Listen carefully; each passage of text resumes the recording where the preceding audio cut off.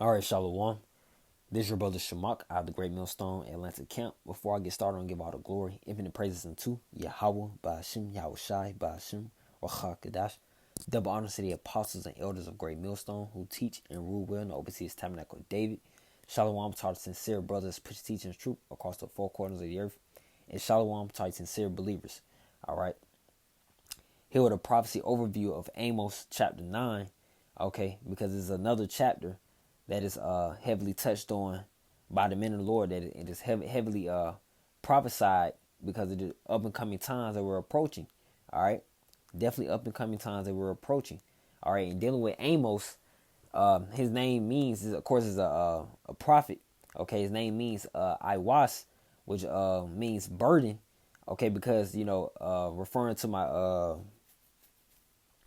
King James Study Bible, they refer to Amos as a very bold prophet. He was courageous because this is a bold thing that we do, being the occupation of a prophet, to prophesy against Babylon the Great, prophesy against these great kingdoms, okay, and also prophesy deliverance upon the nation of Israel. That, hey, you taking on a burden, man. You're a burden bearer, and that's what the my King James Study Bible would label the prophet Amos as a burden bearer, because he took on the burden of Israel. He did the hard part basically. He took that role, or being a prophet, a man of the Lord. Okay, hey, this is that, because this is a straight gate. That straight gate being that position of difficulty. It's not easy. If it was easy, everybody would be doing it. Okay, that's why they recognize, or put Amos in the category as being a courageous or bold prophet. Okay, or bold man in general, because his role of a prophet. All right, so this is Amos chapter 1. All right, and then also just to give a historical setting, Amos is around the time during I think, about 700, 800 BC, around the same time as the prophet Hosea, Jonah, and Isaiah. So Hosea, Isaiah, and Jonah. Okay, just to give a historical setting or time period within your mind, within your spirit. Okay, so this is Amos chapter 9 verse 1. All right, seeing this is him in his, this prophecy vision. Okay, it says, I saw the Lord standing upon the altar, and he said, smite the lintel of the door, that the posts may shake, and cut them in the head, all of them, and I will slay the last of them with the sword, and he that fleeth of them shall not flee away, and he that escapeth of them shall not be delivered. Though they dig into hell, thence shall my hand take them. Though they climb up to heaven, thence will I bring them down. Okay, so this prophecy is showing you that there is no escaping the Lord's judgment, no escaping at all. And with this, Amos chapter 9 verse 2 is a very heavy scripture, because this is what we will find those elites doing. Those with their underground bunkers, their underground cities. Though they dig into hell being the grave. Okay, though they dig underground, dig into the grave, building safety bunkers or whatnot. Hey, there's no escaping the Lord's judgment. And though they climb up to heaven, these people have climb up. They got the Space Force, all right, because they're going to eventually try or attempt to fight against the Lord, but he would not meet you as a man, as spoken about Isaiah chapter 47. All right, he would not meet thee as a man. Okay. So I also wanted to show that in the book of Revelation chapter 6, that these kings of the earth, these elites, these great high-ranking families, they're going to be doing these such things in the midst of prophecy. All right, this is Revelation chapter 6. This is another prophetic scripture, prophetic chapter, of course.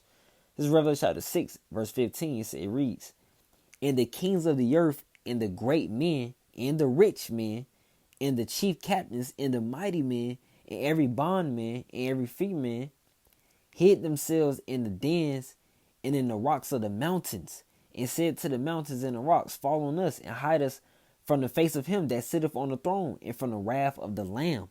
For the great day of his wrath is come, and who shall be able to stand? That's how you know this is prophecy, man.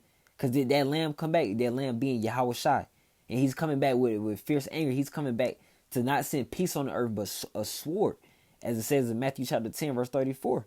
All right, and it's going to be so. And you got to imagine this verse 16, man, is heavy, because They want the rocks and mountains to fall on them instead of dealing with the wrath of Yahweh Shai.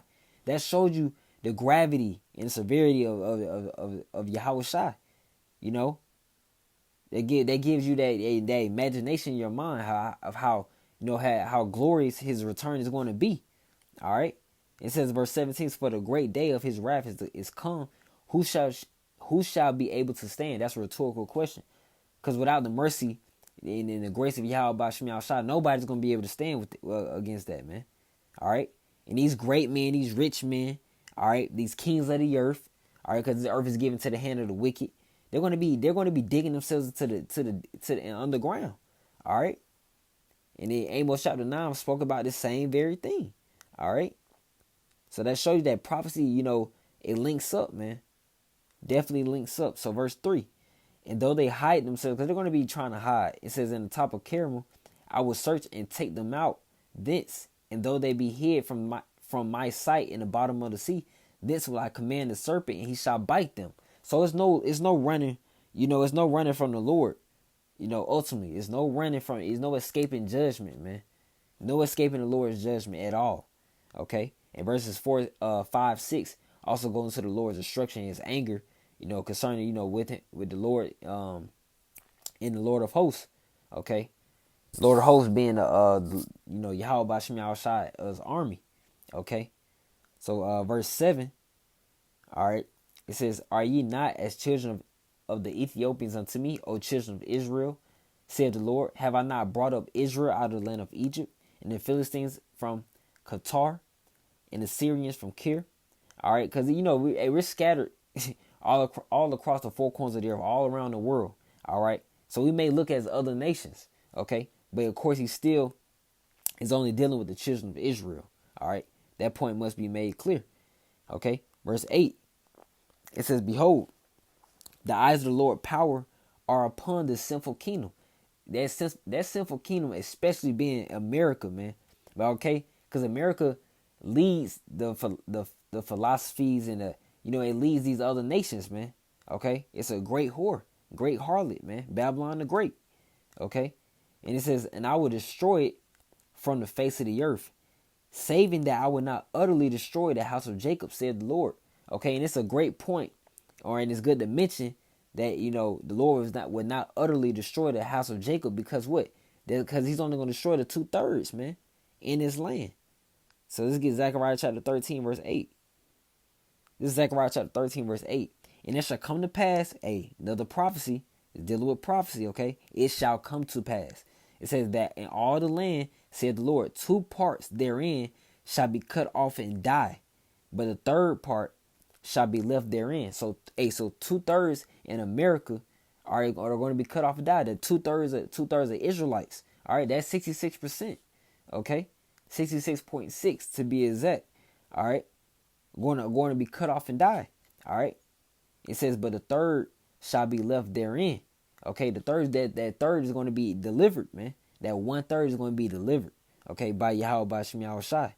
That's why it says in Amos chapter 9 verse 8 that he would not utterly destroy the house of Jacob, man.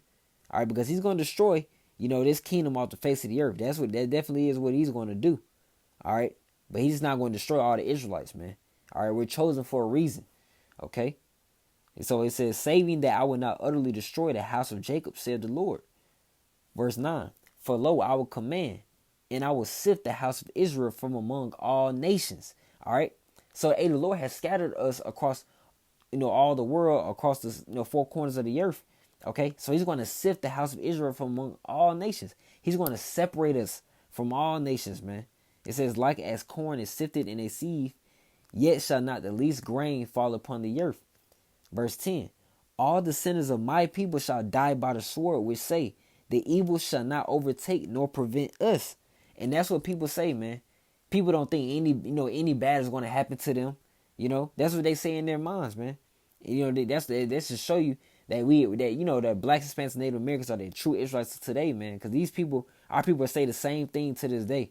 Okay, it says, all the sinners of my people shall die by the sword, which say, the evil shall not overtake nor prevent us. Okay, verse 11.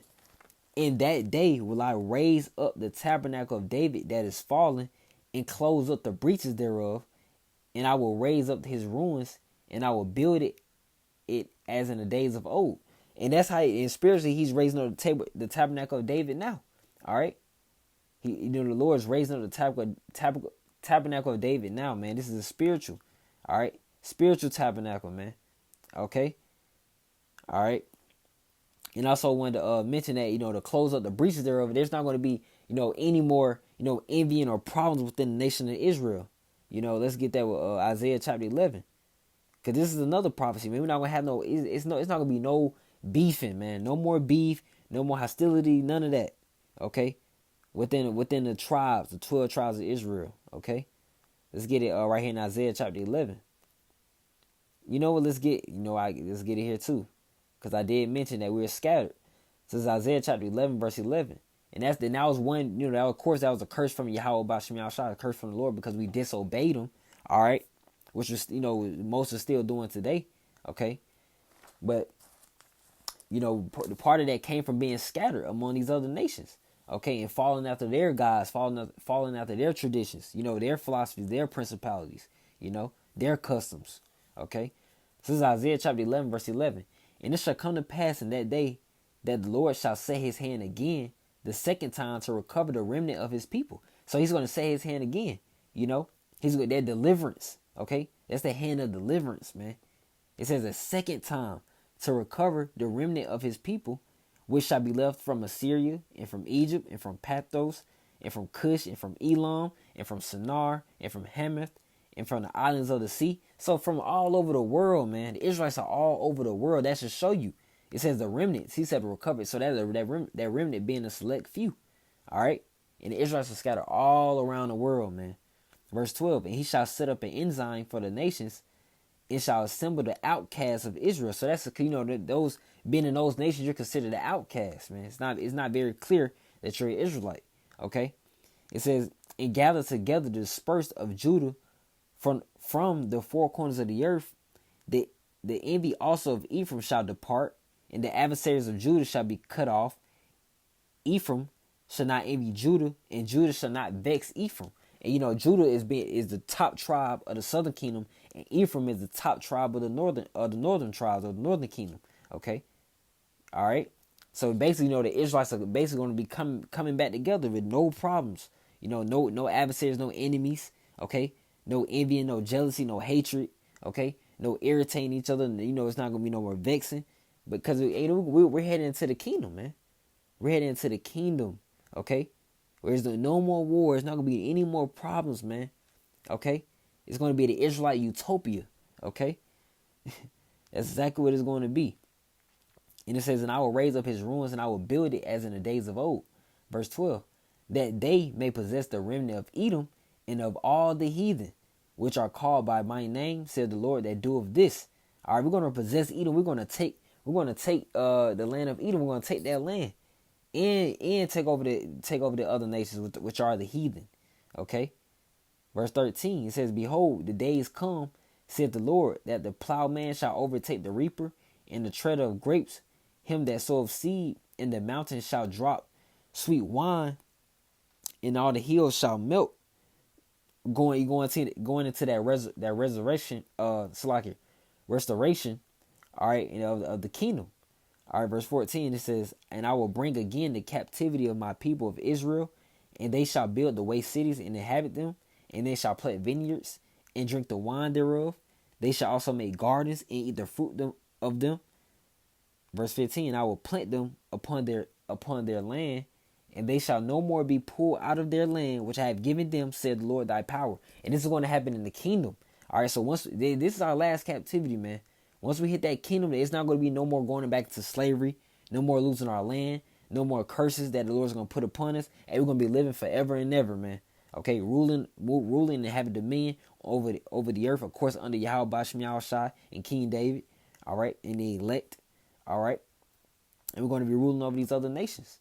All right, that's prophecy. Okay, that's that's concluding, prophecy of Amos chapter 9.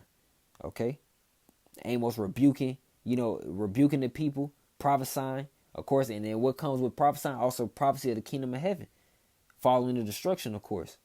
All right, so Lord willing, those lesson was edifying and exhorting for you sincere believers concerning Amos chapter 9. I want to end out by giving all the glory, infinite praises unto Yahweh, Ba'ashem, Yahweh Shai, Ba'ashem, Kadash. Double honors to the apostles and elders of Great Millstone who teach and rule well and oversee the tabernacle of David. All right, Shalom. Keep the faith.